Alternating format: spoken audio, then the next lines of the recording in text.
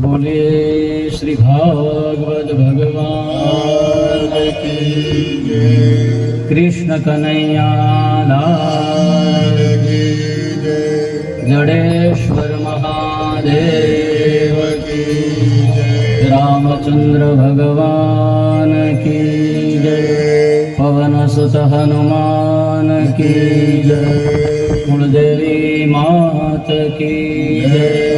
अपने अपने गुरु महाराज की जय। अपने अपने माता पिता की जय। सत्य सनातन धर्म की जय। हरि ओम। नमः पार्वती पतये हर हर महादेव।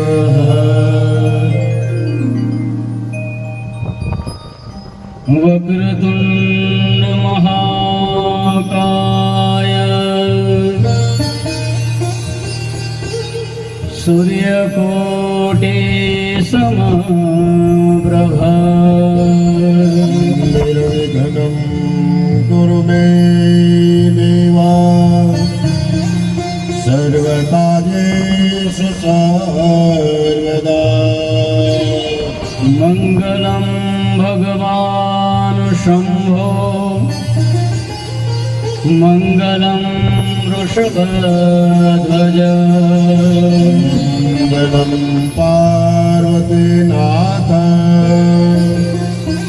मंगलाय तनोहरे। मंगलं भगवान् विष्णु मंगलं गरुड़ध्वज मंगलं पुंडरीकाक्ष मंगलाय तनोहरे। या देवी सर्वभूतेषु मामणि रूपेण संस्थिता।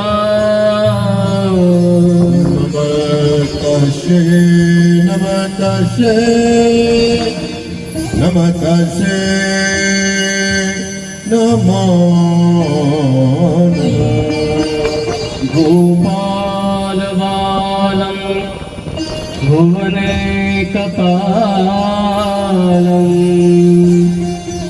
संसारमाया मतिमोहजालम्।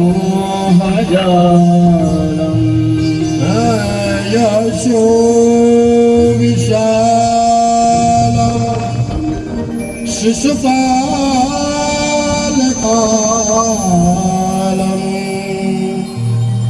बालमुकुन्दं मनसा स्मरामि। गुरुर्ब्रह्मा गुरुर्विष्णु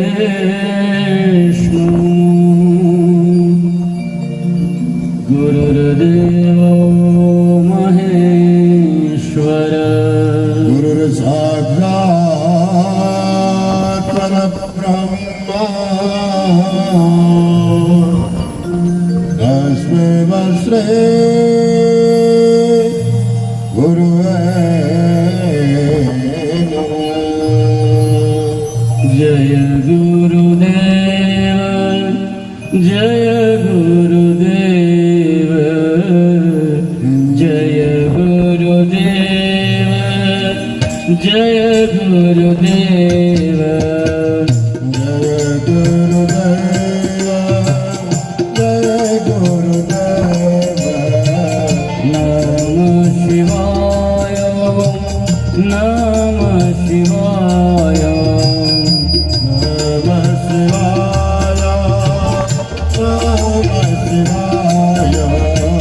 नमः शिवाय नमः शिवाय नमः शिवाय। श्री कृष्ण गोविंद हरे मुरारे।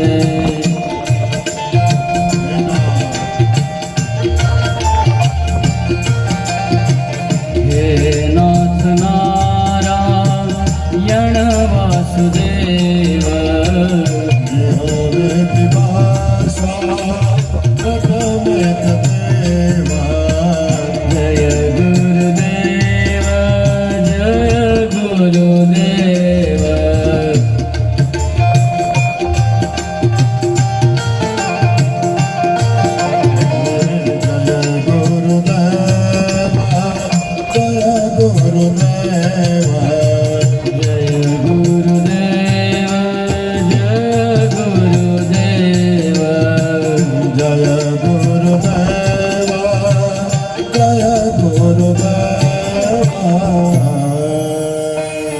બોલીએ ભાગવત ભગવાન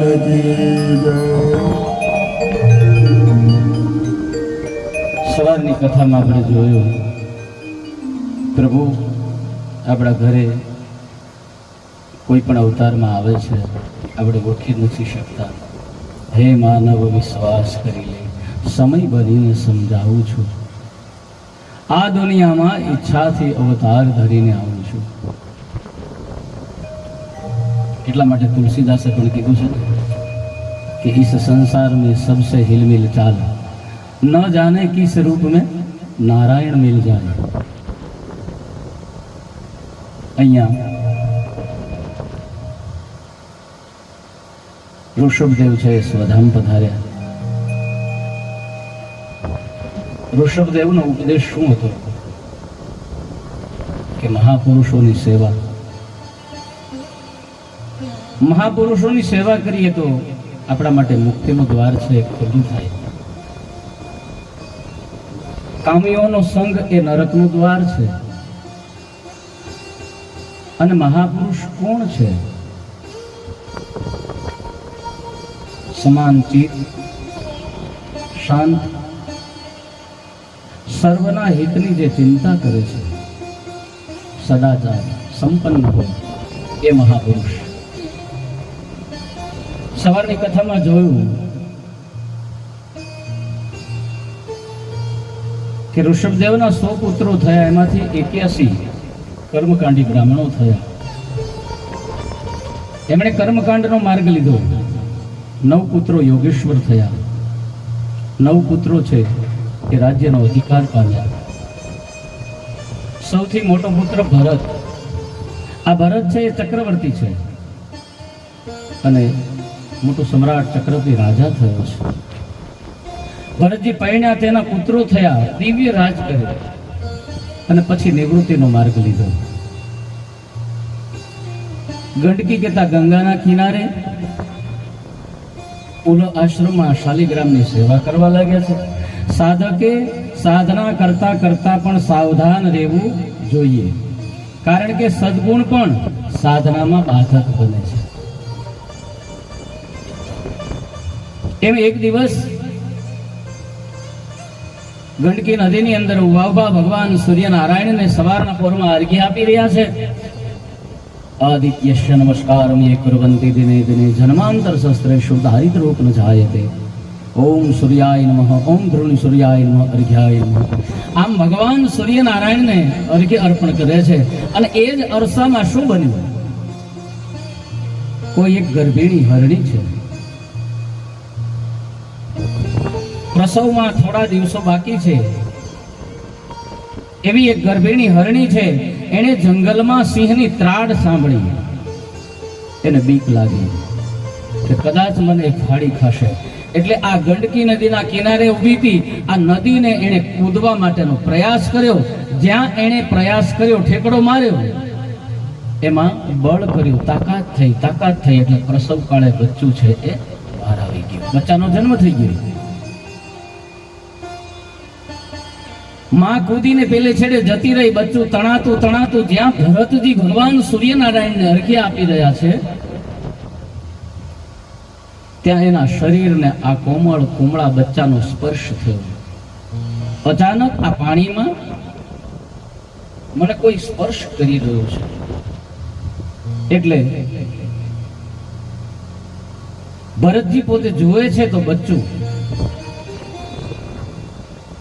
હરિનો ભક્ત છે, હરિનો સાધક છે, જીવદયા પ્રેમી છે. એટલે એમણે બચ્ચાને ઉચકી લીધું કે આ તણાતા પાણીની અંદર આ બચ્ચું આગળ જતા તો ડૂબી જશે ને મરી જશે. હું એને બચાવી લઉં.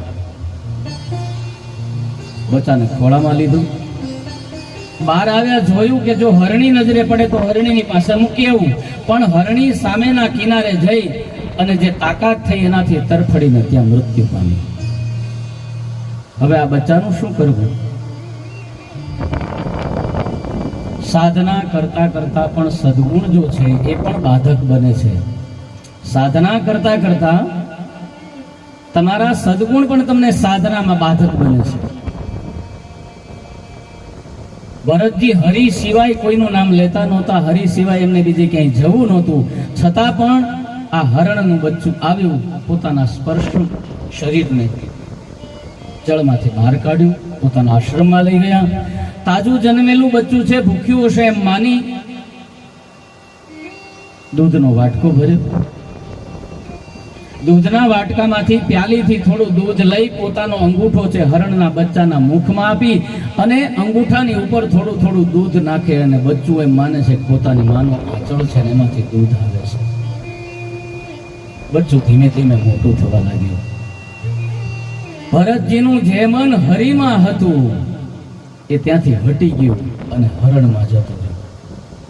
આ ભજન કરતા કરતા, સાધના કરતા કરતા તમારો સદગુણ, ભરતજીએ કોઈ પાપ તો નથી કર્યું. એક બચ્ચું છે એને બચાવવા માટેનું એને જે કઈ પ્રયાસો કરવા જોઈએ એ બધા કર્યા. અને સંતનો સ્વભાવ જ છે, સંત સપૂત ને તુંબડા ત્રણેયનો એક સ્વભાવ.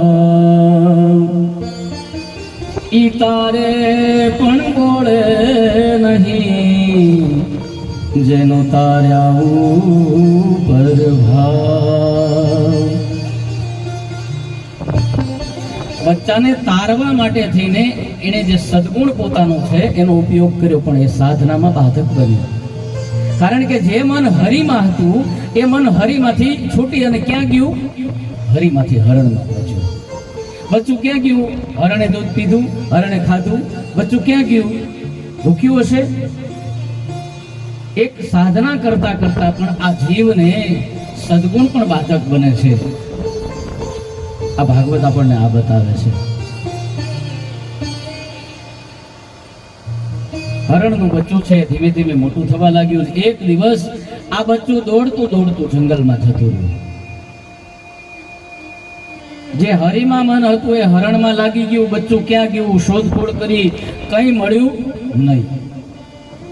હરિમાંથી મન હટીને હરણમાં લાગી ગયું. ભરતજી તો પોતાના આશ્રમમાં જાણે કે પોતાનું બાળક ખોવાનું હોય એમ અશ્રુની ધાર સાથે રડે છે, ચિંતા કરે છે.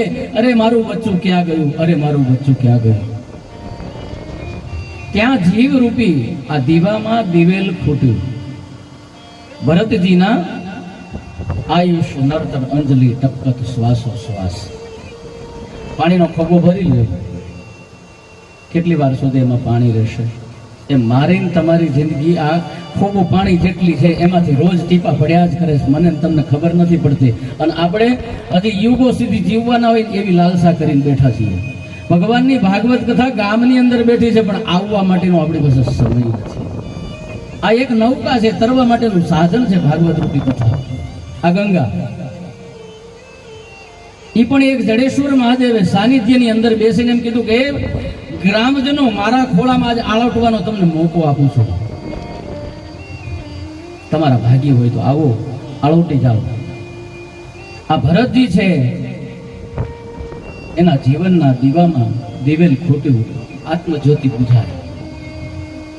અને શાસ્ત્રો પોકાર કરી કરીને મને તમને કહે છે, શું કહે છે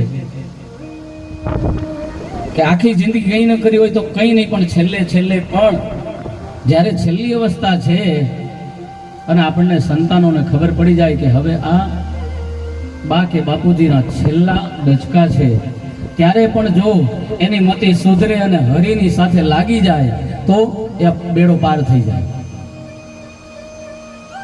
ખૂબ જૂનું દ્રષ્ટાંત છે, આપ સૌએ સાંભળેલું છે. એક બાપા આખી જિંદગી ભગવાનનું નામ જ નથી બોલ્યા અને છેલ્લે છોકરાઓને એમ થયું કે હવે આ છેલ્લા શ્વાસો ચાલી રહ્યા છે, જો બાપા છેલ્લે છેલ્લે પણ રામ બોલી જાય ને તો બેડો પાર થઈ જાય. એટલે કે બાપા બોલો રામ, તો કે હે કે પણ રામ કે નહીં. એટલે બાજુમાં પરસોત્તમભાઈ નો છોકરો રામજી રહેતો હતો, એને લઈ આવ્યા કે બાપા આ કોણ છે? તો પશ્યાન છોકરો. રામજી છે એમ ન કીધું, ચાલો કઈ વાંધો નહીં, એક આઈડિયા આપણે હજી કરીએ. શું? તો કે કુંભારને ત્યાંથી રામપાતર લઈ આવ્યા. રામપાતર લઈ આવ્યા અને કીધું, બાપા આ શું છે? તો કે સકોરો. ન બોલે એ ના જ બોલે. એમ અહીંયા ભરતજી છે એ હરિમાંથી મન હટ્યું, હરણમાં મન લાગ્યું અને કાળ આવી પહોંચ્યો, મૃત્યુનો સમય આવ્યો. અંતે સા મતિયા ગતિ. અંતે મરણ સમયે તમારું મન જેમાં ચોટેલું છે, બીજો જન્મ તમારો ત્યાં થાય. આ ભરતજી યોગ ભ્રષ્ટ થયા. હોઠ સુધી આવેલો અમૃતનો પ્યાલો છે એ ઢોળાઈ ગયો. હોઠ સુધી આવેલું અમૃત પણ ઢોળાઈ જાય છે. તો હજી આપણે હોઠ નહીં, અમૃત ક્યાં છે એની જ ખબર નથી. અને આપણે છતાં કહીએ છીએ કે હું તો ભગવાનનો ભગત છું. બહુ દૂર છે, બહુ દૂર છે. સાધના કરવી હોય તો કષ્ટો એટલા બધા પડે, એની કોઈ સીમા નથી. આંખો બંધ કરી માળા કરતા હોય, એમાં અગરબત્તી જો પાછળ બટેકામાં ભરીને મૂકી હોય, ખબર નો રહે, માળામાં બેર આવે મેર, અને આંખે અડાડવા જાય એ સમયે જો કોણી અગરબત્તીને અડી જાય તો ઓય બાન ઓય બાપલિયા થઈ જાય. ખાલી અગરબત્તી અડે ત્યાં આપણને ઓય બાન ઓય બાપલિયા થઈ જાય. સાધના કઠિન છે, એમનામ નથી મળતા ઈશ્વર. ભરતજી યોગથી ભ્રષ્ટ થયા, લક્ષ્ય ચૂક્યા. ભરતજીનો બીજો જન્મ છે કાલાંજે પર્વત ઉપર હરણમાં થયો છે. હવે ભરતને પસ્તાવો ખૂબ થયો, પણ કરેલું કોઈ દિવસ નિષ્ફળ જતું નથી. ભલે આ જન્મમાં તમને ભગવાન ન મળે, તમે જે કાંઈ કર્મ કર્યું છે એ સારું હોય કે ખરાબ હોય, એ કોઈ પણનું ક્યારેય નિષ્ફળ જતું નથી. હરણ શરીરમાં પણ એને આગલા જન્મનું જ્ઞાન યાદ રહ્યું ભરતજીને, કે હું આગલા જન્મે હરીને ભજીને મુક્ત થવાનો હતો, પણ આ બચ્ચું વચ્ચે આવ્યું, એના હિસાબે મારે આ હરણમાં જન્મ લેવો પડ્યો. આપણા બધાની પુનર્જન્મની સ્મૃતિ કહેતા પુનર્જન્મની યાદો છે, એના ઉપર ભગવાન પડદો પાડી દે છે. શું કામ? મને તમને જો આજે આગળના જન્મની યાદ રહેતી હોત ને, તો આપણે આ સાથે રહીએ છીએ ના રહી શકે. કારણ કે જે ઘરમાં જન્મ થયો છે એ ઘરની અંદર જે પિતાજી છે એ આગલા જન્મમાં આપણો દુશ્મન હતો, અથવા તો આપણા આગલા જન્મમાં એ ગધેડો હતો. આપણને એમ ખબર પડે તો શું દશા થાય કે મારો બાપ ગધેડો હતો. ભગવાન એટલા માટે પુનર્જન્મ જે કંઈ થાય છે, આપણો બીજો જન્મ થાય એટલે પાછળના જન્મની ઉપર પડદો પાડી દે છે.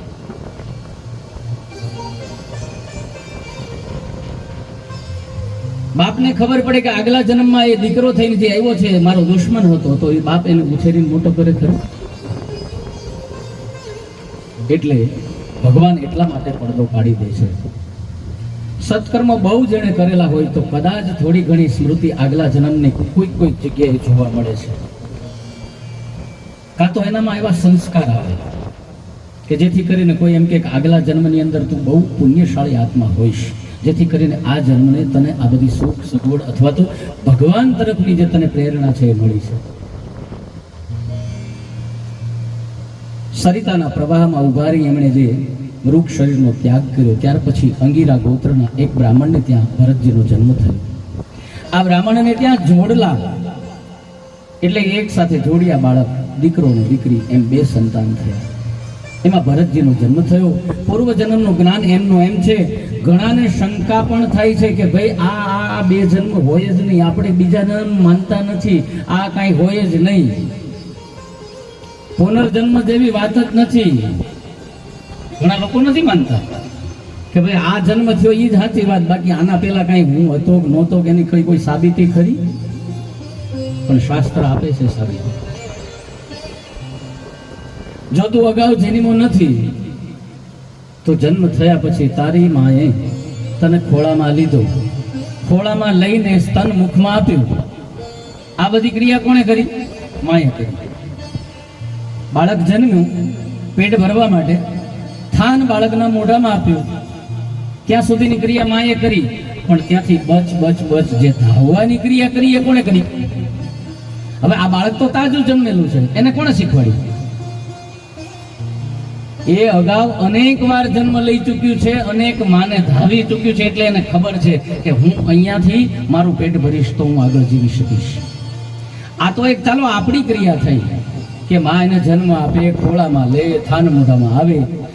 પણ આપણે ડિસ્કવરી દરમિયાન પ્રાણીઓની જે ચેનલ આવે છે એમાં તમે જુઓ છો જંગલમાં ભેંસ કે ગાય કે બચ્ચાને જન્મ આપે છે ત્યાં તો એની સારવાર કરવા વાળું પણ કોઈ નથી, છતાં એ બધું ધીમે ધીમે માથું મારતા મારતા એ પોતાની માનો આંચળ ગોતી લે છે, એ માને એ ધાવવા માંડે છે. તો આ એને કોણે શીખવાડ્યું? આ પુનર્જન્મ છે અને છે, જેથી કરીને મને તમને એ બધી વસ્તુ, અમુક વસ્તુ યાદ છે અને એના હિસાબે આપણે આ બીજા જન્મને ભોગવી શકીએ છીએ. ભરતજી મોટા થયા છે, યજ્ઞોપવિત સંસ્કાર થયા, પિતાએ ગાયત્રી મંત્ર શીખ્યો, પણ ભરતજી બોલ્યા નથી. શું કામ? કે હવે જો હજી કંઈક બોલું તો વળી પાછા નવા કર્મમાં બંધાવ અને વળી પાછો બીજો જન્મ લેવો પડે તો. એક ભૂલ થઈ, હવે ભૂલ કરાય નહીં. ભરતજી ને ભણવા મોકલ્યા, ભણવામાં ધ્યાન આપતા નથી.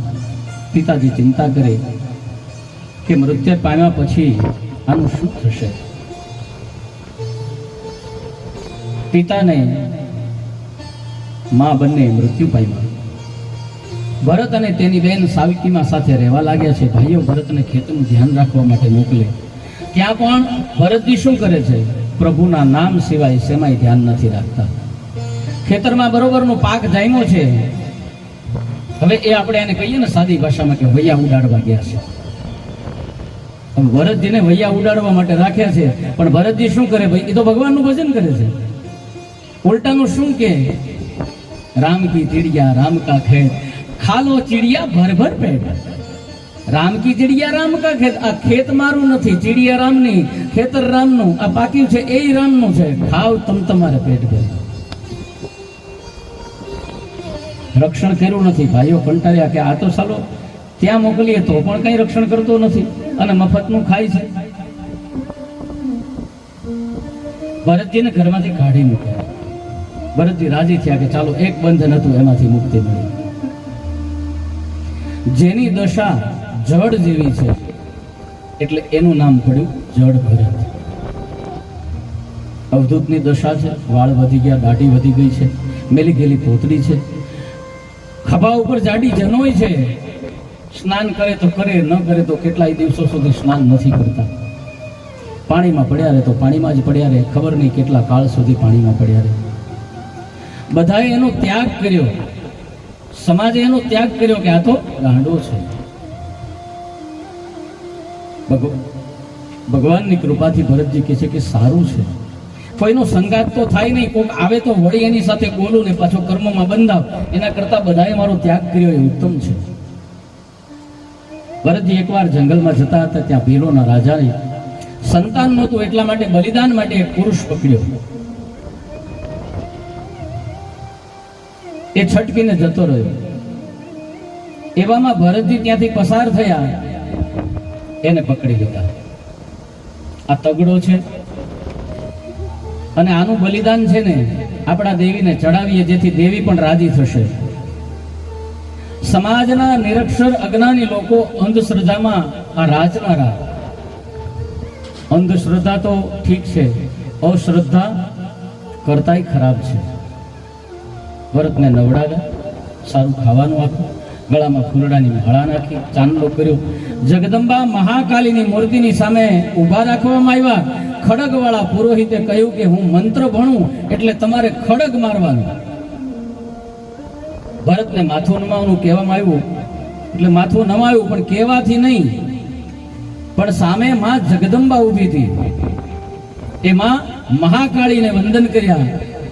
જ્યાં બલિદાન આપવા જાય તો માં જગદંબા કેમ સહન કરે? ભરતજીની માથે જ્યાં કુહાડો મારવા જાય ત્યાં માં જગદંબા કેમ સહન કરે? માને એમ થયું કે હમણાં મારા પુત્રને મારી નાખશે, એટલે મહાકાળી શું કે છે?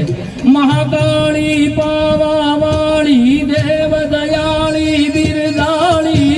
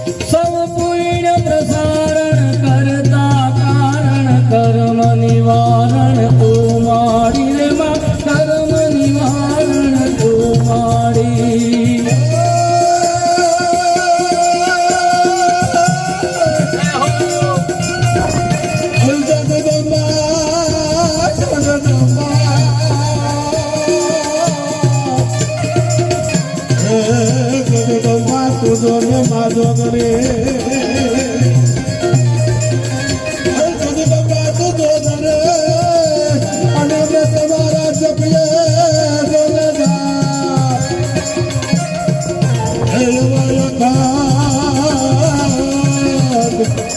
દેવના હે મહાકાળી તારા દળ હરે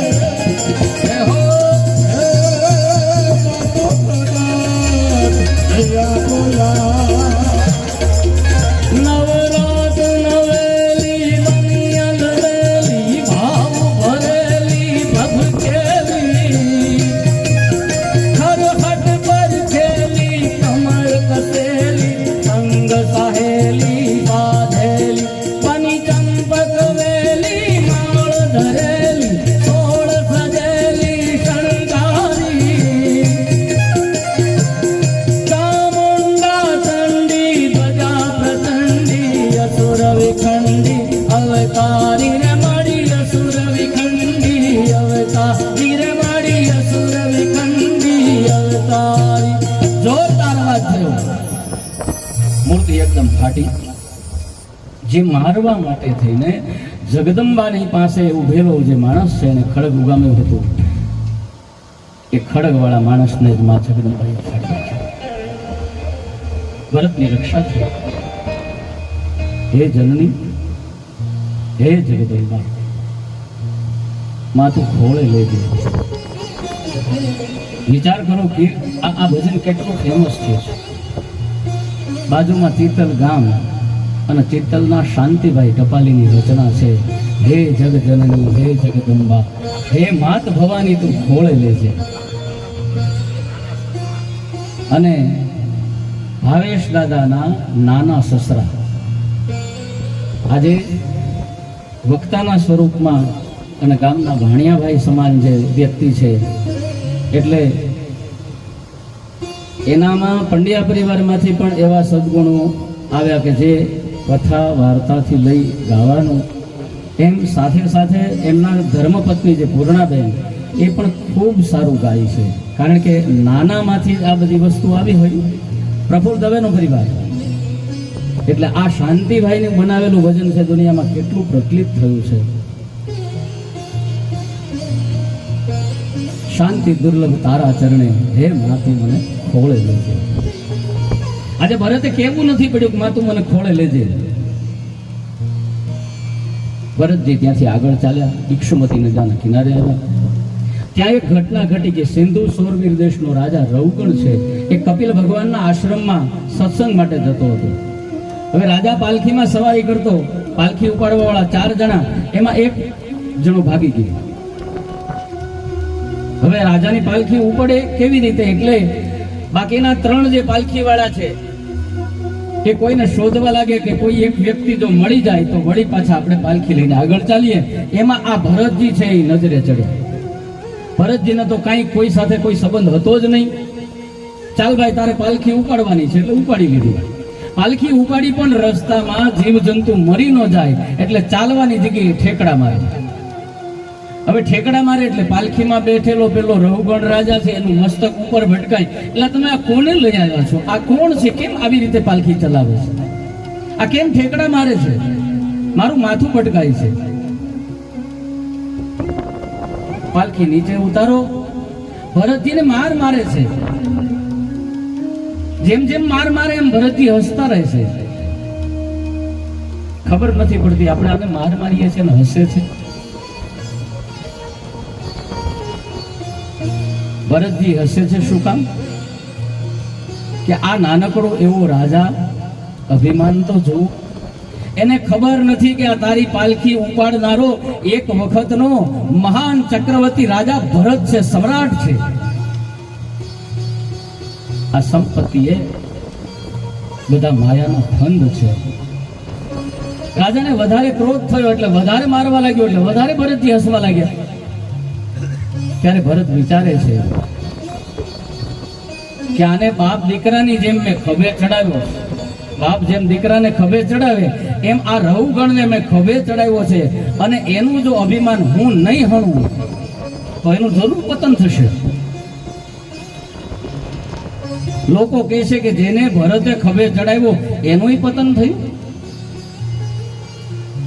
સંતો ઉઠાવે નહીં, અને ઉઠાવે તો સમજી લેજો કે બેડો પાર. સંત છે એ કોઈ દી કોઈને ઉપાડે નહીં, ને ઉપાડે તો સમજી લેવાનું કે બેડો પાર. આ સંતની કરુણા છે. ભરતજી ઉપદેશ કરે છે રાજાને કે તું જે મારી રહ્યો છે એ તું કોને મારે છે? તને એમ લાગે હું હસું છું એટલે? મારો આત્મા તો અંદર છે, તું મને નથી મારતો. મારે છે તો તું શરીરને. તું સાપ રાફડાની અંદર ઘૂસી ગયા પછી ગમે એટલી લાકડીઓ મારો, સાપને કોઈ નુકસાન નથી થવાનું. તું રાજા ને અમે પ્રજા, તું દંડ દેનારો અમે દંડનીય. આ બધા માયાના ફંદ છે. રાજા તું શરીરને મારે છે, તું મને નથી મારતો. હું તો ચિદાનંદ રૂપ છું. આત્મા તો કેવો છે? ચિદાનંદ રૂપ છે. શરીરના દુઃખને અને મારે શું લેવા દેવા? શરીરના દુઃખથી દુઃખી થાય તે શરીરને હું માનતો જ નથી. હું તો શરીરથી જુદો છું. આવી વાતો સાંભળી અને રૌગણને એમ થયું કે આ તો કોઈ જ્ઞાની લાગે છે. આવી સામાન્ય વ્યક્તિ વાતો ન કરી શકે. આ કોઈ પરમહંસ લાગે છે. રાજા સત્સંગી હતો. તરત સોટી હાથમાંથી પડી ગઈ. ભરતજીના ચરણમાં વંદન કરે. અરે હે દ્વિજ શ્રેષ્ઠ, અવધૂત વેશમાં આપ કોણ છો? આપને સેવક સમજી અને મારા માણસો લઈ આવ્યા. મારા અપરાધને ક્ષમા કરો. હું ઇન્દ્રના વજ્રથી નથી ડરતો, શિવના ત્રિશૂળથી ડરતો નથી, હું યમના દંડથી નથી ડરતો. રાજા રૌગણ કહે છે હું ડરું છું છે નથી, કેવળ અને કેવળ માત્ર બ્રાહ્મણના અપરાધથી ડરું છું. આપ કોણ છો?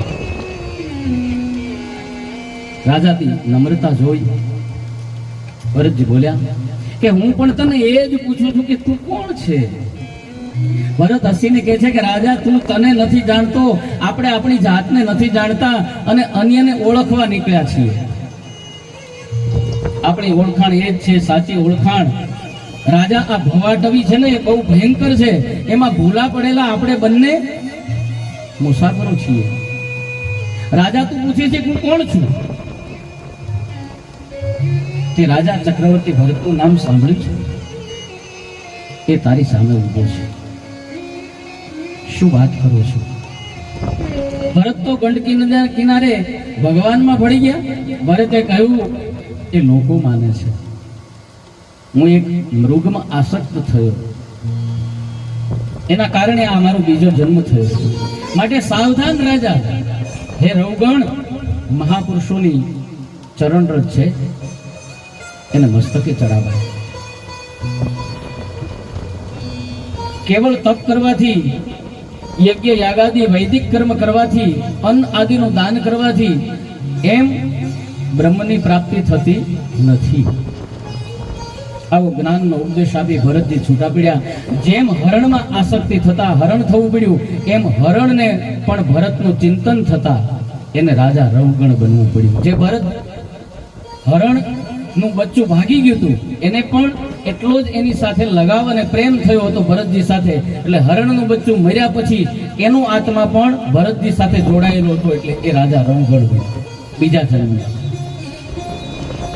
આ પ્રારબ્ધમાં મળવાનું લખ્યું હોય એટલે બંને પાછા મળ્યા. સત્સંગ દ્વારા મુક્તિ પામ્યા. પછીના અધ્યાયમાં સુખદેવજી મહારાજે ભગવાન વિરાટ નારાયણના સ્થૂળ સ્વરૂપનું વર્ણન કર્યું છે. ભૂગોળ ખગોળથી કરાવ્યું. 7 દ્વીપ, પર્વતો, નદીઓ, સમુદ્રો વગેરેની સાથે રાશિ આ ચક્ર બતાવ્યું. 12 રાશિઓનું વર્ણન કર્યું. જ્યોતિષ ચક્ર બતાવ્યું. ચંદ્રમાના 27 પત્નીઓ અને 27 નક્ષત્રો. આમ હરિની ઉપાસના એ જ સાચું છે. પછી તે કોઈ પણ સ્વરૂપે કોઈ પણ નામે થાય છે. એક જ નામ ભગવાનના કોઈ પણ નામ આખરે તો એક જ છે.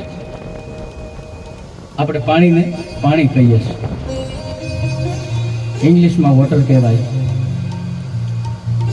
સંસ્કૃતમાં જળ કહેવાય, વારી કહેવાય. આખરે તો પાણીનું પાણી જ છે. એમ ઈશ્વર એક છે. એ હરિ તારા નામ છે હજાર, ક્યા નામે લખવી કંકોત્રી. હરિ તારા નામ છે હજાર, ક્યા જ્ઞાન મેં લખવે કંકોતરી તારા નામ છે હજાર, ક્યાં નામે લખવી કંકોતરી. તારા નામ છે હજાર, જ્ઞાન મેં લખવે કંકોતરી. ગોકુળમાં ગોવિંદ ને મથુરામાં રાજા, ગોકુળમાં ગોવિંદ ને મથુરામાં રાજા. દામોદર થઈને પૂજાય, ક્યાં નામે લખવી કંકોતરી. દામોદર નામે ઓળખાય, જ્ઞાન મેં લખવે કંકોતરી. હે હરિ તારા નામ છે હજાર, ક્યાં નામે લખવી કંકોતરી. હરિ તારા નામ છે હજાર, જ્ઞાન મેં લખવે કંકોતરી. હરિ એક છે, અનેક નામો છે. તમે વિષ્ણુ સહસ્ત્રોની નામાવલી છે, શિવ નામાવલી છે, 1008 જે ભગવાનના નામો છે એ બધી નામાવલી વાંચો ને એમાં લગભગ આપણા બધાના નામ એમાં આવી જાય, ક્યાંક ને ક્યાંક આડાવડા કોઈ પણ સ્વરૂપમાં. આપણા બધા નામો છે એમાં એવા જ અર્થ રહેલા છે. અને કળિયુગમાં માત્ર નામ છે ને એ જ તારનારું છે. નામ સમો વડકો નહીં, જપ તપ તીરથ જો.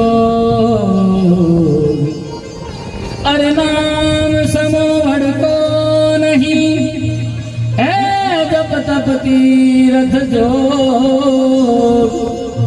નામે પાતક છાંડ્યો ને નામે નાસે રોગ. કોઈ વ્યક્તિ બીમાર હોય ને એની પાછળ જો નામ સ્મરણ એટલે જપ ચાલુ કરી દે તો કાં તો એનો મોક્ષ થઈ જાય, કાં એ વ્યક્તિ સાજી થઈ જાય. ઘણી વાર ઘણા બધા લોકો અમારી પાસે આવતા હોય છે કે અમારા દાદા છેલ્લા કેટલાય સમયથી પીડાય છે, આવે છે દાદા આવો ને ગીતાજીના પાઠ કરો, અથવા તો શિવજીના મંદિરે જઈને મૃત્યુંજયના મંત્રો કરો. અને જો 1.25 લાખ મહામૃત્યુંજયનું અનુષ્ઠાન કરવામાં આવે કોઈ પણ વ્યક્તિની પાછળ, તો કાં તો એ વ્યક્તિ છે એનો મોક્ષ થઈ જાય, કાં એ વ્યક્તિ હાજી થઈ દોડવા. આ નામની તાકાત છે. કલી કેવલ નામ આધાર. કળિયુગમાં ભગવાન તમને સાક્ષાત ક્યાંય દર્શન નથી દેવાના, પણ નામ સ્વરૂપે તમને દર્શન આપી જાય છે. અહીંયા 5મો સ્કંદ છે, ભગવાનના ચરણોમાં સમર્પણ કરીએ. કાયેન વાચા મનસેન્દ્રિયર્વા બુદ્ધ્યાત્મના વા પ્રકૃતે સ્વભાવા. કરોમિ અદ્ય સકલં પરસ્મૈ નારાયણાય સમર્પયામિ. નારાયણીયેતિ સમર્પયામિ, સદા શિવાયેતિ સમર્પયામિ. છઠ્ઠા સ્કંદમાં પ્રવેશ કરીએ. અજાત પક્ષાયવ માતરં ખગા, સ્તન્યં યથા વત્સરા સુધારતા. પ્રિયં પ્રિયેભ્યસિतं વિશ્વા મનોરવિન્દ્રદાસ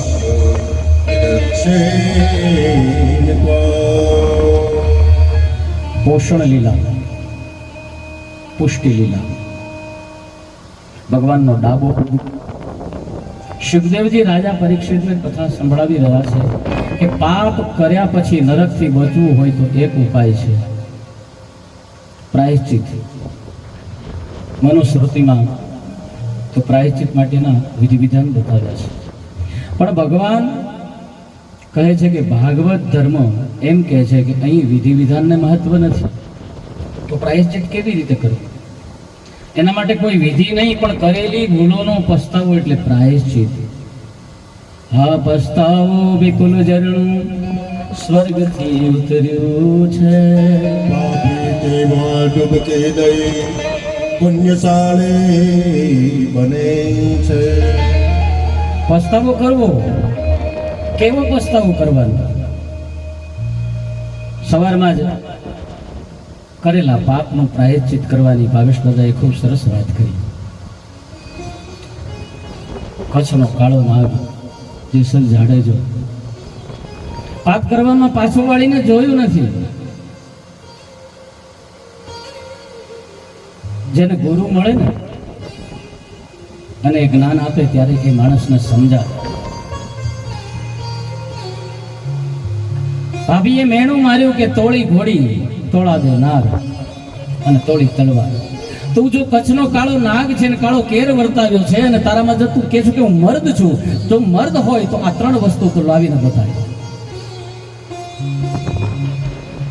જેસલ નીકળે ઘરેથી, સંધ્યાનો સમય છે અને તોળા દેને ત્યાં સત્સંગ આરાધ ચાલી રહ્યો છે. ધૂણી રે ધખાવી લેલી અમે તારા નામની, અમે તારા નામની ને અલખના રે ધામની. ધૂણી રે ધખાવી લેલી અમે તારા નામની. ભજન ચાલી રહ્યું છે, જેસલ પ્રવેશ કરે છે. એમને થયું કે અત્યારે બધા છે, એના કરતા સૌથી પહેલા હું જો ઘોડી લઈ લઉં તો ભાગવામાં સારું રહે. એટલે ઘોડીની ઘોડાહરમાં જાય છે, પણ અજાણી વ્યક્તિ આવતા જે ઘોડું એટલે જાતવાન પશુ કહેવાય, જેને ઓળખતું નથી એ વ્યક્તિ પ્રવેશ કરે એટલે એનાથી એ ભડકે છે. ઘોડીએ મેઘ કઢાવે. મેઘ કાઢીને જ્યાં ભજન ચાલતા હતા ત્યાં એ ઘોડી પહોંચી એટલે તોળા દે કે છે કે જાઓ, આ ઘોડી મેઘ કઢાવીને આવી છે, જાઓ એમને પાછી બાંધી આવો. કોઈ માણસ ઊભો થાય છે, ઘોડાહારમાં જે પરાળ પડ્યું હતું પરાળની અંદર જાડેજો સંતાઈ જાય છે, જમણો હાથ એનો છે, એ જ જગ્યાએ પેલો માણસ છે એ મેઘ મારી દે છે. મરદ હતો એટલે દરદ તો ન થાય. મેઘ મારી પેલો માણસ જતો રહે છે. ધીમે ધીમે મેઘ ડાબા હાથે કાઢી વળી પછી ઘોડીને ત્યાં થપથપાવી શાંત કરી અને પોતે ઊભો છે. પ્રસાદ ભજન પૂરા થયા ને પ્રસાદ વેચવાનું ચાલુ થયું. જેટલા લોકો હતા એટલા બધાને પ્રસાદ અપાઈ ગયો, પણ એક જણનો પ્રસાદ વધ્યો. એટલે તોળાદે બૂમ પાડે છે કે આ સભામાં આ જગ્યાએ કોઈ એક વ્યક્તિ એવી છે કે જે હજી એનો પ્રસાદ બાકી છે. આ પ્રસાદ વધ્યો છે એટલે અહીંયા કોઈ છે પણ કોઈ છુપાયેલું છે. એટલે સાદ પાડ્યો કે ભાઈ તમે કોણ છો, આ તમારો પ્રસાદ વધ્યો છે. અને જેસલ બહાર આવે છે. પ્રસાદની થાળી જેસલ તોરલના હાથમાંથી એટલે રહી ગઈ, બાકી બીજા કોઈના હાથમાં હોત તો નીચે પડી ગઈ હોત. કાળિયા આ કાળા ચોરને જોઈ અડધા પડધા તો ત્યાં ધ્રુજવા લાગ્યો કે આ કાળો નાગ. પણ જેસલ કે છે કે આવું, તોરલ કે છે કે આવો જેસલ પ્રસાદી તો લ્યો. અને જ્યાં એ જમણો હાથ નહીં પણ ડાબો હાથ કર્યો એટલે કે તમને એ ખબર નથી પડતી કે જમણા હાથે પ્રસાદી લેવાય. જમણો હાથ લંબાયો, એ લોહી લુહાણ હાથ તોરલે જોયો, પણ એમાં જ્યાં પ્રસાદી મૂકીને ત્યાં હતો એવો એવો થઈ ગયો. આ પેલો ચમત્કાર ગુરુના ચરણ.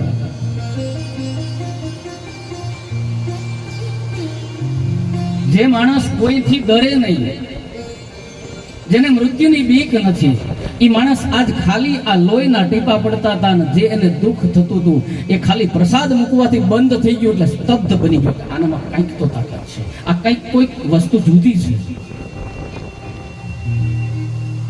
કહો શું કારણ છે, શા માટે આવ્યા? ચોરી કરવા આવ્યા છો? હા, ખોટું તો નહીં બોલો. મારા ભાભીએ મેણું માર્યું છે કે જો તું મરદ હોય અસલ તો તોળી ઘોડી તોળી તલવાર અને તોળા દે નારને લઈને આવે. તો ઘોડી તો મેં લીધી છે, હવે તલવાર અને તમને લેવા આવ્યો છું.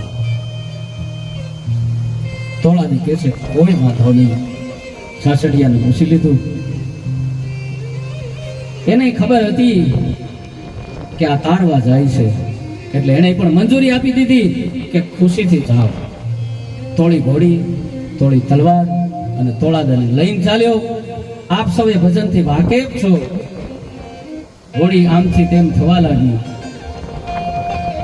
પોતાને મૃત્યુ નજીક દેખાણું ત્યારે ખબર પડી કે હું બીજાને સહાર કરું છું ત્યારે આટલું દુઃખ થાય. ત્યારે એને કીધું પોકારીને કે મેં આટલા બધા પાપ કર્યા છે. અને એટલા પાપ કર્યા પછી તોળાદે એને તાર્યો છે.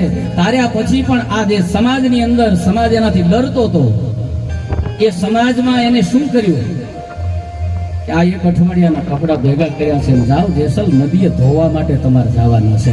એ જે કચ્છનો કાળો નાગ કહેવાતો હતો એ માથે પોટકું ઉપાડી અને કપડા ધોવા માટે નીકળ્યો. અને ત્યારે એ શું ગાય છે? રોઈ રોઈ કેને સાંભળાવું, આવા દખ કેની આગળ ગાઉં, હજી રુદિયો રૂએ ને માયલો ભીતર જરે.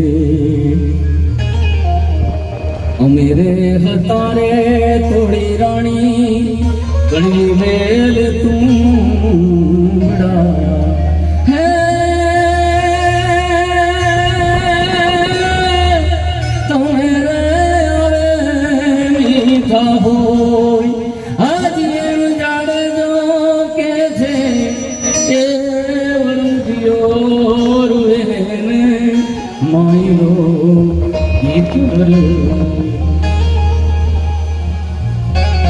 કરેલા પાપોનું પ્રાયશ્ચિત કરવું હોય તો આ જેસલ જાડેજો પ્રત્યક્ષ પુરાવો છે. કોઈ કહે કે પાપ કર્યા રાખીએ અને પછી પસ્તાવો કરીએ તો પુણ્યશાળી થઈ જવાય. હા, થઈ જવાય. આ જેસલને મારે ને તમારે શ્રીફળ ને સાકર લઈને પગે લાગવા જવું પડે. એ જ કચ્છનો કાળો નાગ છે. પણ એને ખરા હૃદયથી પસ્તાવો કર્યો છે. ઘણા લોકો અમને એમ પણ કહે છે કે દાદા એવું કરીએ તો આખું વર્ષ પાપ કર્યા જ કરીએ અને પછી ભાવેશ દાદાને બોલાવીને ઓલી હેમાદ્રી કરીએ ને યજ્ઞ પહેલા, એ પણ પ્રાયશ્ચિત માટે જ છે. તો તમને 1 કરોડ આપીને હેમાદ્રી કરી નાખીએ તો અમારા પાપો બળી ન જાય? ન પડે. આપણો ધર્મ, આપણું શાસ્ત્ર હજી સુધી કોઈ ખરીદી શક્યું નથી અને કોઈ ખરીદી શકવાનું નથી. બ્રાહ્મણો અમે કહેતા હોઈએ હેમાદ્રીના સમયે કે કંઈક દાન પુણ્ય કરવું જોઈએ, એ શાસ્ત્ર કે છે. બ્રાહ્મણને જરૂર હોય જ પોતાનું ઘર છે નિર્વાહ કરવા માટે, પણ એનો મતલબ એવો નથી કે આ હેમાદ્રી તમારી પાસે પૈસા માટે કરવામાં આવે છે. પણ તમને એવા જે ક્ષણિક કરેલા પાપો છે એમાંથી તો ત્યારે મુક્તિ મળે જ છે. જે કર્મમાં બેસવાનું હોય એની શુદ્ધતા પ્રાપ્ત થાય એના માટે હેમાદ્રી કરાવવામાં આવે છે. એટલે પાપ કોઈ પણ પ્રકારના કરેલા હોય અને એને સાચા હૃદયથી અંતઃકરણને પવિત્ર કરવા માટે પસ્તાવો કરો તો એમાંથી મુક્તિ મળે. હવે આ વાતને સમજવા માટે અહીંયા એક બીજું દ્રષ્ટાંત પણ આપ્યું છે. શુક્તિ મહારાજ પરીક્ષિત રાજાને કહે છે કે અજામિલની કથા છે. કનોજમાં એક અજામિલ નામનો એક દાસીપતિ બ્રાહ્મણ હતો. બ્રાહ્મણ બન્યો છે પણ પાછો બગડ્યો છે. માણસ તો સારો જ હોય પણ એને એનો સંગ બગાડે છે. સારો સંગ થાય તો માણસ સારો બને, કુસંગ થાય તો એ બગડે. કાયમ મસાલો ન ખાતો હોય પણ એ મસાલા ખાવા વાળા માણસો ટોળામાં બેહતો થાય એટલે 2 કટકા પરાણે ખવડાવીને એને ખવડાવતો કરી દે એ વાત નક્કી. મારો નાનો ભાઈ ખાઈ છે એટલે બહુ વિશેષ નથી કહેતો. અને હું એ સમયમાંથી પસાર થઈ ગયો છું, મેં ખાધા છે એવું નથી કહેતો કે મેં નથી ખાતા, પણ ભગવાનની દયા છે કે સમજણ આવીને મુકાઈ ગયું તો બધું મુકાઈ ગયું. નહીતર હું જે દેશમાં હતો એ દેશમાં દારૂ, અફીણ, ચરસ, ગાંજો, કોકિંગ આ બધી જ વસ્તુ ખુલ્લેઆમ મળે છે. તે લંડનમાં કોઈ બંધન નથી. શેરીએ ગલીએ ગમે ત્યાં જાવ સિગરેટ ફૂંકતા હોય એમાં ગાંજો જ ભરેલો હોય. સુગંધ આવે તરત આપણને ખબર પડી જાય કે આ ગાંજો છે. પણ કૃપા ભગવાનની થાય તો આ બધું આપમેળે છૂટે છે. અને એ મનને મક્કમ કરો તો જ છૂટે છે. કારણ કે હું એમાંથી પસાર થઈ ચૂક્યો છું. મેં ખાધું છે, તમે લોકો નથી ખાતા. એના કરતા પણ વ્યાસપીઠ માટે બેઠો, ખોટું નહીં બોલું. હું દિવસની 50 થી 60 માળી ટન ખાઈ જતો. પણ એક ઝટકે એમ થયું કે નથી ખાવું એટલે ધંધુકાથી અમદાવાદ સ્કૂટર લઈને જતો હતો. ધંધુકાથી 10 માણેક ચંદ લીધી, એમાંથી 2 ખાધી. 8 હતી એ નફરત થઈ, મોઢામાં ખાધેલી ફેંકી દીધી ને 8 ફેંકી દીધી. ત્યાર પછી કોઈ દી હાથ નથી લગાવી. મને આ તમને જે હું કહી રહ્યો છું એવા ઘણા કથાકારોએ, મારા મા બાપે, મારા ધર્મપત્નીએ, અરે મારા સંતાને પણ મને કીધું હતું, મારા છોકરાએ, બાપા આ મૂકી દો ને, આ ન કરે, પણ એ ન છૂટ્યું. પણ તમે મનથી મક્કમ થશો ને, જેને છોડવા છે એને છૂટી જશે. હું કોઈને છોડાવવા માટેની વાત નથી કરતો, પણ સારી વસ્તુ છે એ આપણી સાથે હોય તો સારું. આ સારું નથી તો આપણું કોઈ પણ વ્યક્તિ જાણે છે. પણ હશે એમાંથી બહાર નીકળીએ, આપણે આવીએ અજામિલ બાજુ. માણસ બગડ્યો કેવી રીતે કે સંગ ખરાબ થયો. હવે એક વખત આ અજામિલ છે એ ઘરે નથી અને ગામમાં સાધુ સંતોની એક ટોળી આવી છે. ગામમાં ઢેલ નાખી છે, બપોરનો સમય થયો છે. પેલાના સમયમાં સાધુ સંતો ચોરે આવીને બેસતા અને ચોરે જે કોઈ બેઠું એને પૂછે કે ભાઈ આ ગામમાં કોઈ બ્રાહ્મણનું ઘર છે? એટલે ખરેખરા ચોરે જે બેહવા વાળા છે ને, ખરેખરા ચોરે બેહવા વાળા જ હતા. એટલે સાધુ સંતોએ આવીને પૂછ્યું કે ભાઈ બ્રાહ્મણનું કોઈ? હા હા રે બાપજી હે ને, अरे बहुत बड़ा पंडित है, हमारे गांव का बहुत बड़ा पंडित अजामिल है ना। तो બધા સાધુ સંતોને એમ થયું કે હશે ભાઈ. અજામિલના ઘરે આવ્યા છે, દરવાજો બંધ છે, સાંકળ ખખડાવી, અરે હે ભગત, ओ भगत, अजामिल है क्या, कहाँ गया? अजामिल ની પત્ની કે સાલા ભાગ્યા આપડા ઉગડી ગયા, આજ આપણી સાંકળ કો ખખડાવે છે.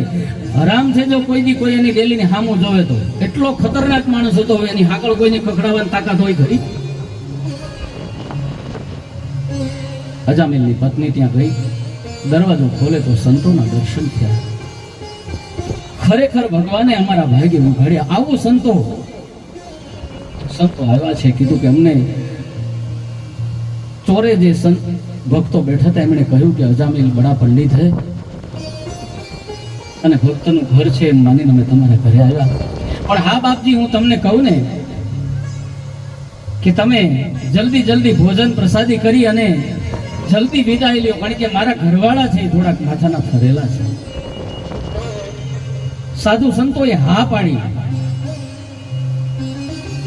જે કઈ ઘરમાં હતું એનાથી રસોઈ બનાવી સંતોને જમાડ્યા છે. સંતોને જમાડ્યા પછી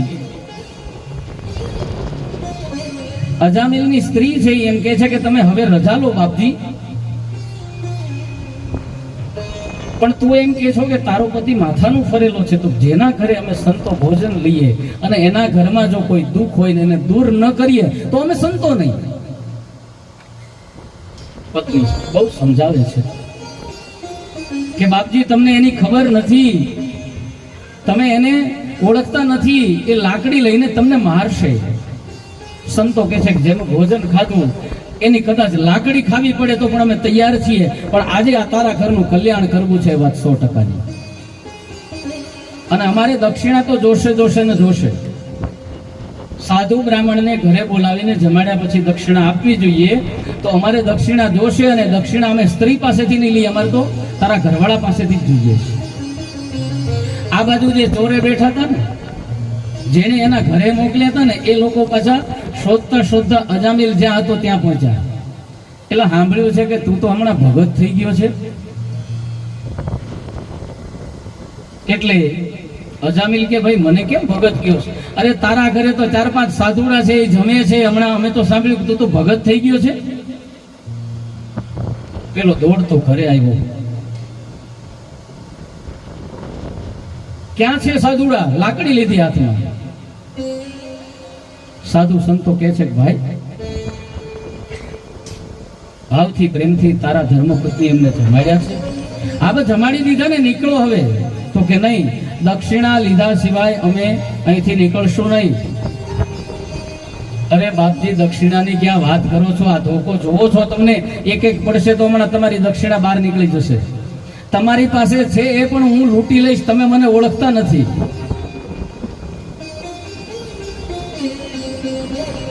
સાધુ સંતો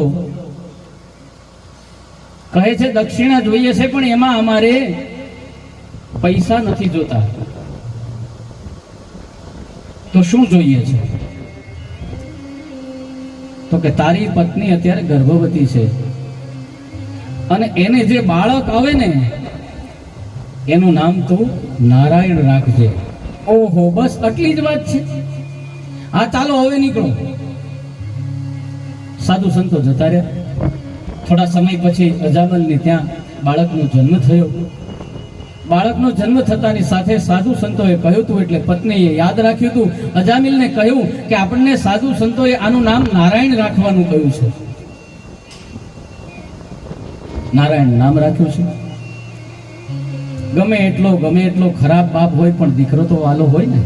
ઉઠતા બેઠતા સાંજે સૂતી વખતે પણ નારાયણ ક્યાં ગયો? બેટા નારાયણ નારાયણ નારાયણ નારાયણ નારાયણ સતત જાપ ચાલુ થઈ ગયો. ઉઠતા બેઠતા સૂતા જાગતા આમ સતત જાપ શરૂ થયો. મરતી વેળાએ પણ અંતિમ ક્ષણ હતી એ સમયે બાપને દીકરોને જોવાની ઈચ્છા થાય એટલે બૂમ પાડી કે નારાયણ. મહાન પાપી હોવા છતાં માત્ર નારાયણ બોલવાથી સ્વર્ગમાં ગયો. એક અધ્યાયમાં અજામિલને લેવા આવેલા દૂતો છે એની કથા છે. નારાયણ નારાયણનો સતત જપ કરતો હતો એટલે વિષ્ણુના દૂતો પણ ત્યાં આવ્યા અને અધમ પાપી હતો એટલે યમના દૂતો પણ ત્યાં આવ્યા. પણ પ્રભુના સ્મરણમાં એટલી તાકાત છે કે ગમે એટલા પાપ કર્યા હોય તો પણ એમાંથી આ નામ છે ને એ મુક્ત કરે છે. પ્રભુના નામમાં જેટલી તાકાત છે એટલા પાપો મારા તમારાથી થઈ શકતા નથી. અને નામ એનું કેવું છે? અજ વત્તા આ વત્તા મીલ. અજ એટલે ભગવાન, અજન્મા એવા આ ચારે બાજુથી સર્વ રીતે મીલ એટલે મળી ગયો, જે બધી જ રીતે ભગવાનને મળી ગયો છે એવો અજામિલ. 3 અધ્યાયનું આ નામ પ્રકરણ જેમાં નામ સ્મરણ, કીર્તન અને નામ ચિંતનની ચર્ચા છે. પછી 14 અધ્યાયમાં ધ્યાન પ્રકરણ છે. 14 અધ્યાયનો અર્થ છે કે 5 કર્મેન્દ્રિય, 5 જ્ઞાનેન્દ્રિય, મન, બુદ્ધિ, ચિત્ત અને અહંકાર, આ 14 ને પરમાત્મામાં પરોવી દેવાથી ધ્યાન સિદ્ધ થાય છે. પછી 2 અધ્યાયમાં અર્ચન પ્રકરણ છે જેમાં સ્થૂળ અર્ચન અને સૂક્ષ્મ અર્ચનનું વર્ણન છે. આમ કુલ 19 અધ્યાયનો આ 6થો સ્કંદ છે. બ્રહ્માના કહેવાથી દક્ષે 60 કન્યા પ્રગટ કરી, એમાંથી 27 ચંદ્રને, 13 કશ્યપને, 10 ધર્મને આપીને 1 શિવને. આ 60 કન્યાઓના વંશથી જગત ભરાયું. કશ્યપને 13 કન્યા, એમાં દીતિ છે, અદિતિ છે અને કદ્રુ છે, વિનતા છે. દીતિ દૈત્યોના માતા, અદિતિ દેવતાઓની માતા. દેવતાઓ એટલે સદગુણો અને દૈત્યો એટલે દુર્ગુણો.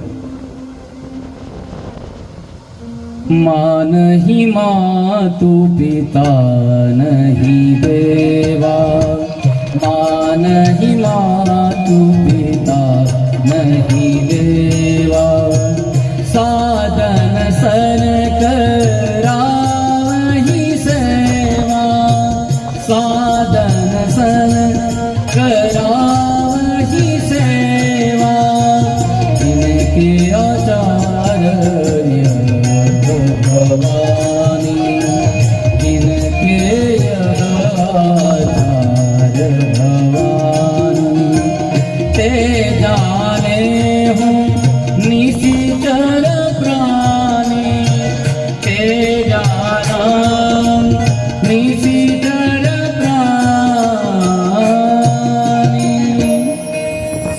માં નહીં માતુ પિતા નહીં દેવા, જે માતા પિતા દેવ સાધુ આ બધાની આગળ સેવા કરાવે છે. એ કોણ છે? એ પ્રાણી છે, નિશિચર છે, રાક્ષસ છે.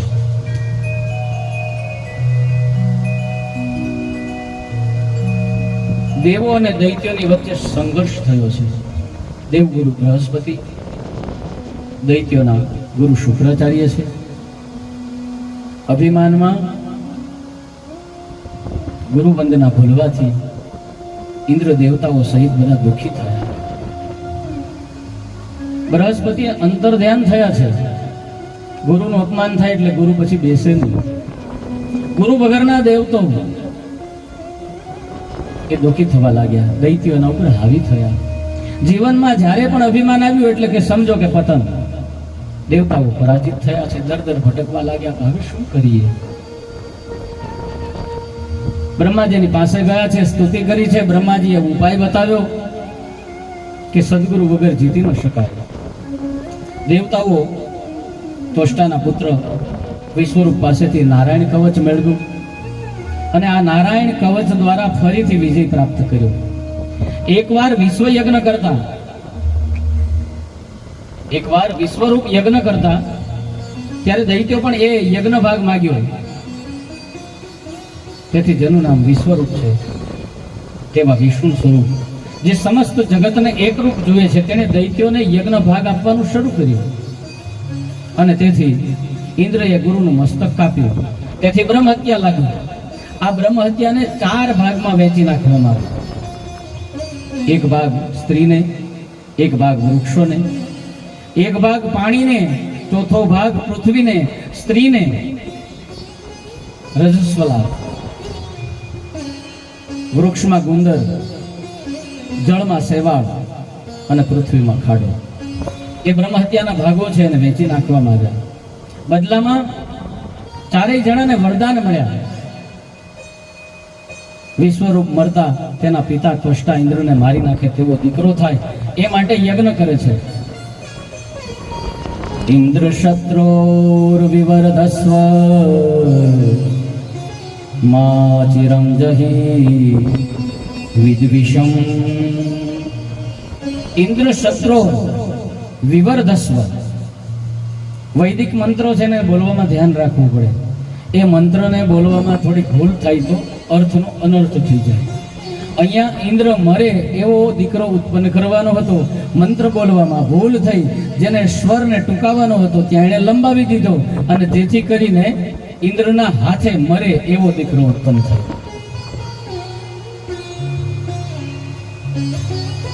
ઇન્દ્રને ગુરુ કર્યો, શત્રુને લઘુ કર્યો.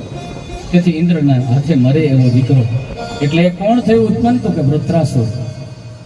યજ્ઞમાંથી પ્રગટ થયો એટલા માટે વેદ મંત્રો ભણવામાં કાળજી રાખવી.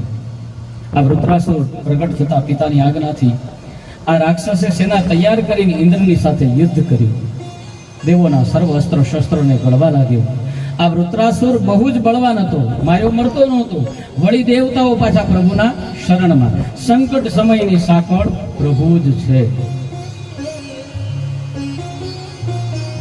ટ્રેનમાં સાંકળ ખેંચીને જેમ ટ્રેન ઊભી રહે એમ જ્યારે જ્યારે દેવતાઓમાંથી તકલીફ પડે એટલે સાંકળ ખેંચે અને પ્રભુ ઊભા રહે.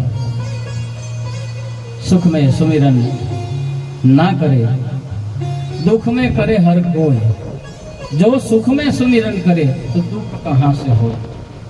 भगवान કહે છે તમે ગુરુજનોને માનતા નથી, એને મારો છો. આ વૃત્રાસુર છે ને એ એમ નહીં મરે. એક ઉપાય છે. હા કહો બાપજી. તમે દધીજી મુનિના અસ્થિમાંથી જો વજ્ર બનાવો તો એ મરશે. આપણો દેશ એમના મહાન નથી. આપણા દેશના ઋષિ મુનિઓએ રાક્ષસોને મારવા માટે પોતાના આંતરડા કાઢીને આપી દીધા છે અને એટલા માટે આપણો દેશ મહાન છે અને એટલા માટે આપણા દેશની નદીઓને માં કહેવાય છે. ઉપરાંત આપણી આ ધરતીને પણ ભારત માં કહેવાય છે. તમામ શાસ્ત્રો લઈ લ્યો, બીજા કોઈ દેશમાં ક્યાંય પણ કોઈ ભગવાન જન્મ્યો જ નથી. ભારત સિવાય કોઈ પણ જગ્યાએ ભગવાને અવતાર ધારણ નથી કર્યો. એ બધી ભોગ ભૂમિ છે. ભોગ ભૂમિની અંદર તમે જાઓ એટલે બધા જ ભોગો તમે ભોગવી શકો. પછી લંડન, અમેરિકા, ઓસ્ટ્રેલિયા, આફ્રિકા જે કંઈ છે ત્યાં જે સુખી સંપન્ન દેશો છે એમાં તમે વિચારો, અહીંયા મ્યુનિસિપાલિટીનો કોઈ પણ માણસ નીકળે કે જે રોડ સાફ કરે છે એટલે તમને ખબર પડી જાય કે આ રોજનો કચરો વાળવા વાળો માણસ છે. એની પાસે તૂટેલી સાયકલ જેવું હોય, બગલમાં હાવણો હોય, એવા કપડાં પહેરેલા હોય. ભોગ ભૂમિમાં જે મિલિયનર છે કે 2-3 કરોડની ગાડી હોય જેની પાસે, 4 વ્હીલ એ નીકળે અને સાથે મ્યુનિસિપાલિટીનો ત્યાંનો વાળવા વાળો માણસ નીકળે, બે એક સરખા હોય, બેમાંથી એક પણ તમે ઓળખી ન શકો કે આ એ માણસ છે કે આ એ માણસ છે. એ ભોગ ભૂમિ છે અને આ કર્મ ભૂમિ છે. એટલે કર્મ ભૂમિમાં જેવું કર્મ તમે કરો ને એવું ફળ તમને તરત અહીંયા મળે. અને ત્યાં ભોગ ભોગવવા માટે લોકો જન્મે છે અથવા તો અહીંથી ત્યાં જાય છે. એટલે ત્યાં તરત ફળ મળતું નથી, ભોગવવા માટે તો એને પાછો ઇન્ડિયામાં જવું પડે છે. જે જલસા કરવા એ વિદેશમાં જઈને કરી લ્યો, આ જન્મે નહીં તો બીજા જન્મે પાછું ભારતમાં આવવું પડે છે. આ દધીચી ઋષિ છે, એના અસ્થિમાંથી વજ્ર બનાવવું દેવું ભોગ્ય થયા. બધા જ દેવતાઓ ભેગા થઈને દધીચીની પાસે આવ્યા. આ દધીચી છે ક્યાંના છે ખબર છે કોઈ? આપણા દેશના ઋષિ આ દધીચી ક્યાંના છે કોઈને ખબર છે?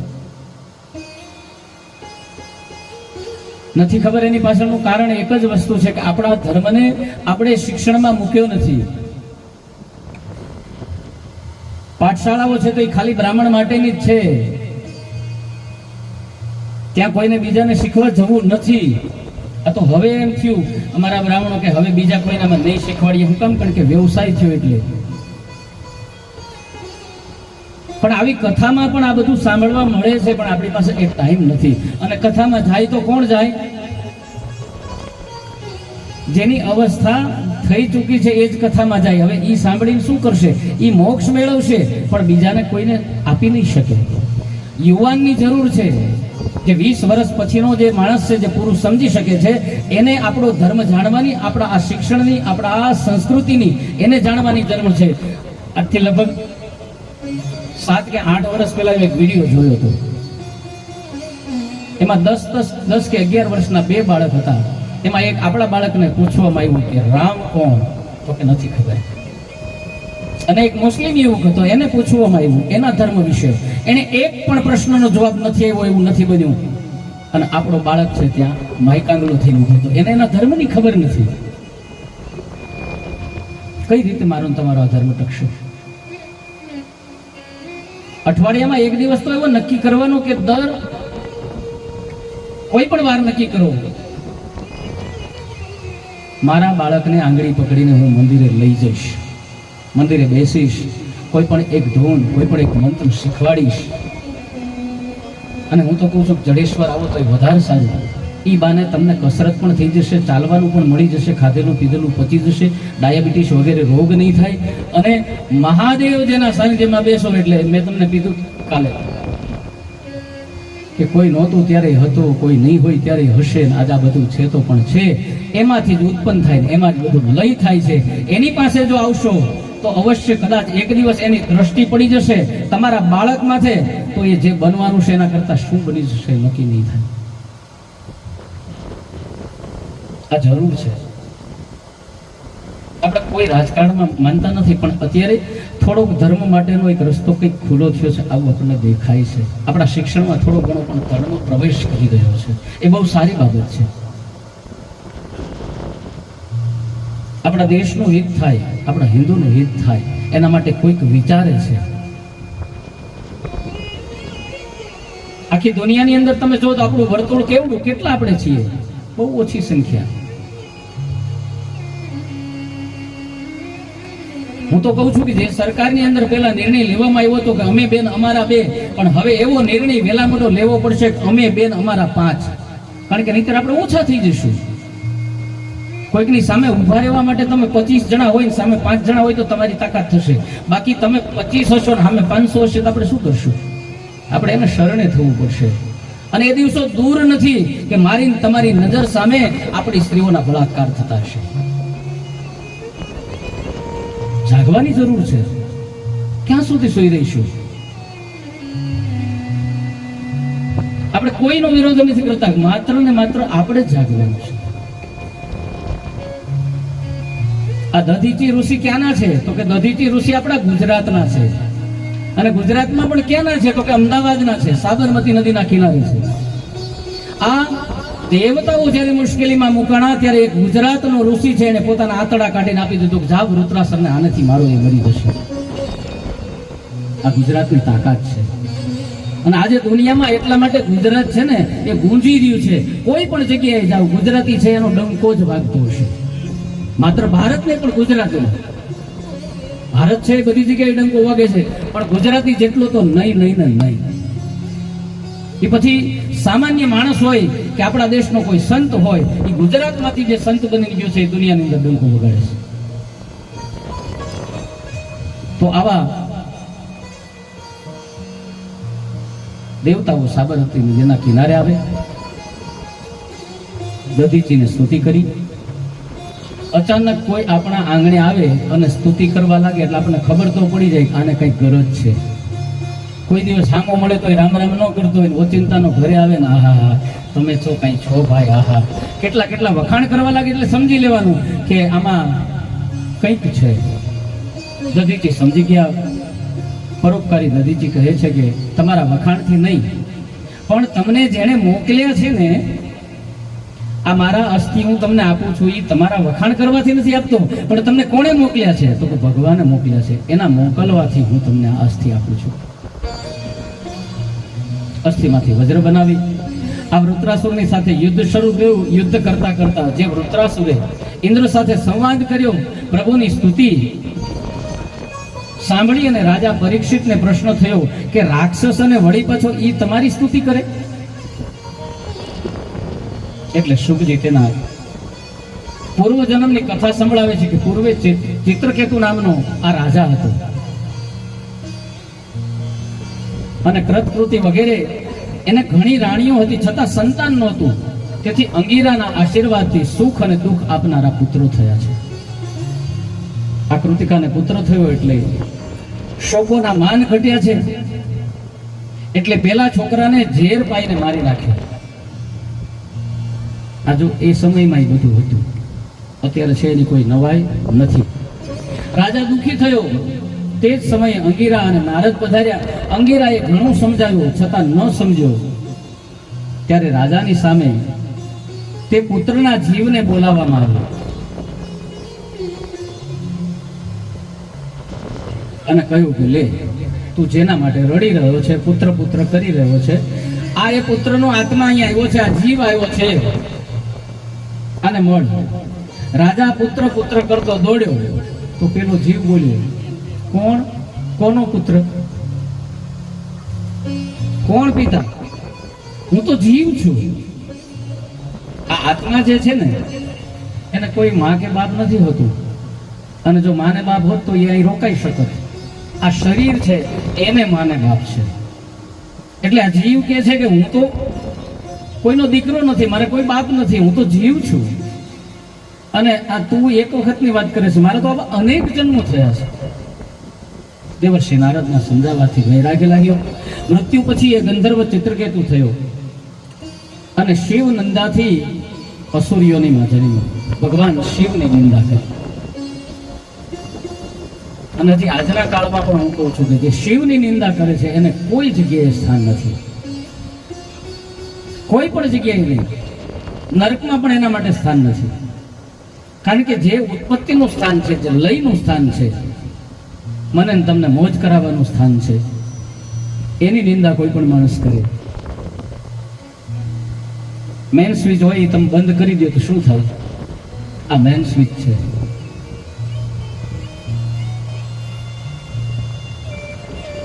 શિવની નિંદાથી અસુરીઓનીમાં જન્મો છે. માં પાર્વતીની ક્ષમા માગી, તેથી પૂર્વજન્મનું જ્ઞાન યાદ રહ્યું છે અને તેથી આ વૃત્રાસુર છે એ ભક્તિમય વચનો બોલે છે. હવે તે જ આ વૃત્રાસુર એ પાછો ઇન્દ્રના હાથે મરાયો, પ્રભુનો પ્યારો બન્યો. દેવતાઓ સુખી થયા, દૈત્યો ભટકવા લાગ્યા, દિતિ દુઃખી થયા, કશ્યપની ખૂબ સેવા કરવા લાગ્યા. એથી કશ્યપ પ્રસન્ન થયા. માગો દેવી માગો, શું માગો છો? ઇન્દ્રને મારે એવો પુત્ર આપો.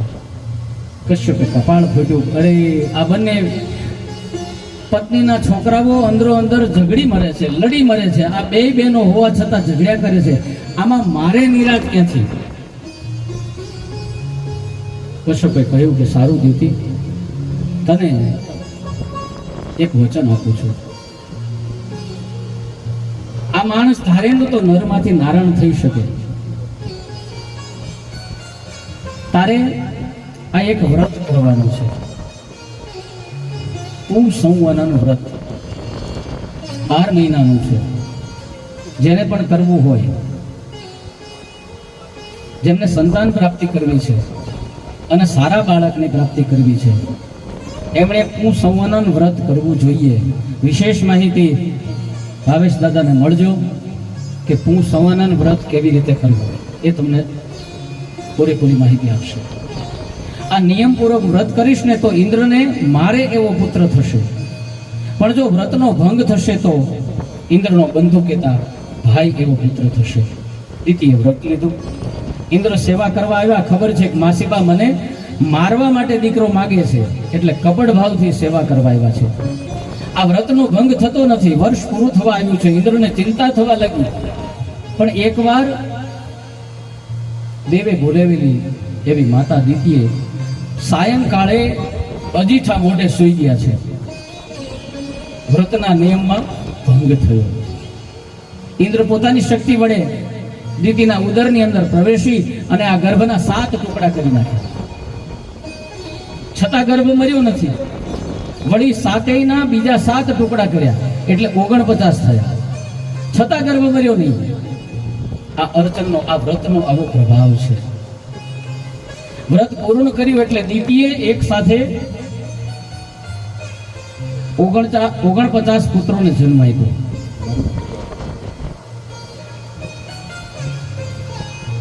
દીતીના 49 પુત્રો દૈત્યોને પણ દેવ કહેવાયા. આ બધા મરુદગણ કહેવાયા. અંતિમ અધ્યાયમાં પુંસંવનન વ્રતની વિધિ બતાવી, જેથી દરેક સ્ત્રી ઈચ્છિત પુત્રને પ્રાપ્ત કરી શકે. અહીંયા 6ઠો સ્કંદ છે, તે ભગવાનના ચરણમાં સમર્પિત કરીએ.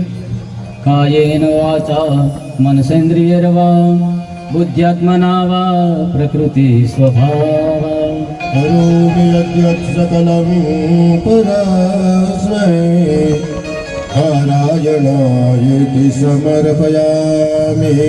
નારાયણીયેતિ સમર્પયામિ. સદાશિવાયેતિ સમર્પયામિ. આવતીકાલે